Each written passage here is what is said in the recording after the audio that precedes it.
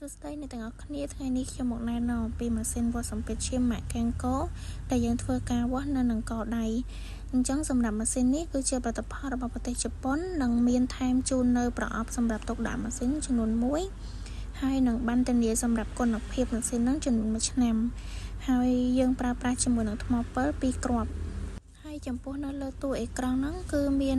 ប៊ូតុងចំនួន4ដែលប៊ូតុងក្រោមគេហ្នឹងគឺជាប៊ូតុងសម្រាប់បើកនិងបិទរបស់ម៉ាស៊ីនប៊ូតុង M គឺជាប៊ូតុងដែលយើងអាច check មើល memory ដែលយើងវាស់សម្ពាធឈាមពីមុនមកបាន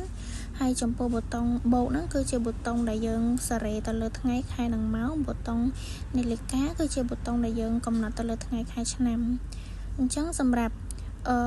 នៅលើតួអេក្រង់ហ្នឹងគឺមានគំនូរចង្អុលបង្ហាញចំនួន6ដែរគឺដើម្បីងាយស្រួលបងប្អូននឹងថាសម្ពាធឈាមនៅកម្រិតមួយណាអញ្ចឹងចំពោះពណ៌បៃតងហ្នឹងមានន័យថាសម្ពាធឈាមបងគឺធ្លាក់ចុះចំពោះពណ៌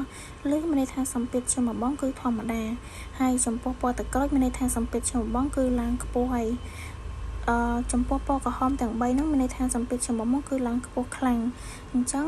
បងត្រូវប្រញាប់ទៅជួបគ្រូពេទ្យជាបន្ទាន់សម្រាប់ខាងក្រោយហ្នឹងគឺជាកន្លែងដាក់ថ្មតែឥឡូវខ្ញុំដាក់ថ្មរួចរាល់ហើយអញ្ចឹងសម្រាប់ការវាស់សម្ពាធឈាមនៅផ្ទះដោយខ្លួនឯងដែលត្រឹមត្រូវគឺបងត្រូវអង្គុយសម្រាលបានពី5ទៅ10នាទីជាមុនសិនហើយយើងពេលដែលវាស់ហ្នឹងត្រូវដាក់ដៃស្មើនឹងបេះដូងឥឡូវខ្ញុំសូមធ្វើការវាស់យើងពាក់ម៉ាស៊ីនរបស់យើងនៅនឹងកដៃមកហើយយើងត្រូវការរុំខ្សែឲ្យល្មមនឹងដៃយើងតមកយើងត្រូវការចុចបើកម៉ាស៊ីនចុចប៊ូតុងពណ៌ខៀវមកហើយអង្គុយរង់ចាំលទ្ធផល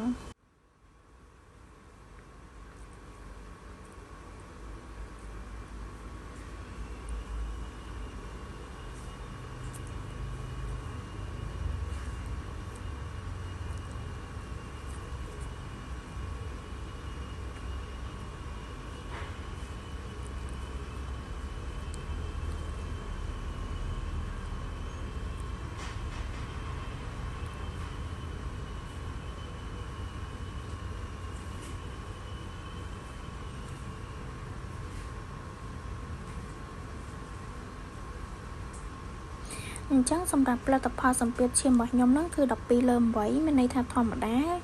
គំនូរចង្អុលបង្ហាញទៅលើពណ៌លឿងសម្រាប់សម្ពាធឈាមធម្មតាគឺ12/8ប៉ុន្តែអាស្រ័យទៅលើសុខភាពរបស់បងដែរអញ្ចឹងនៅពេលដែលយើងឈប់ប្រើប្រាស់គឺចុចទៅលើប៊ូតុងបិទនឹងមកហើយវានឹងលុតអូតូអរគុណ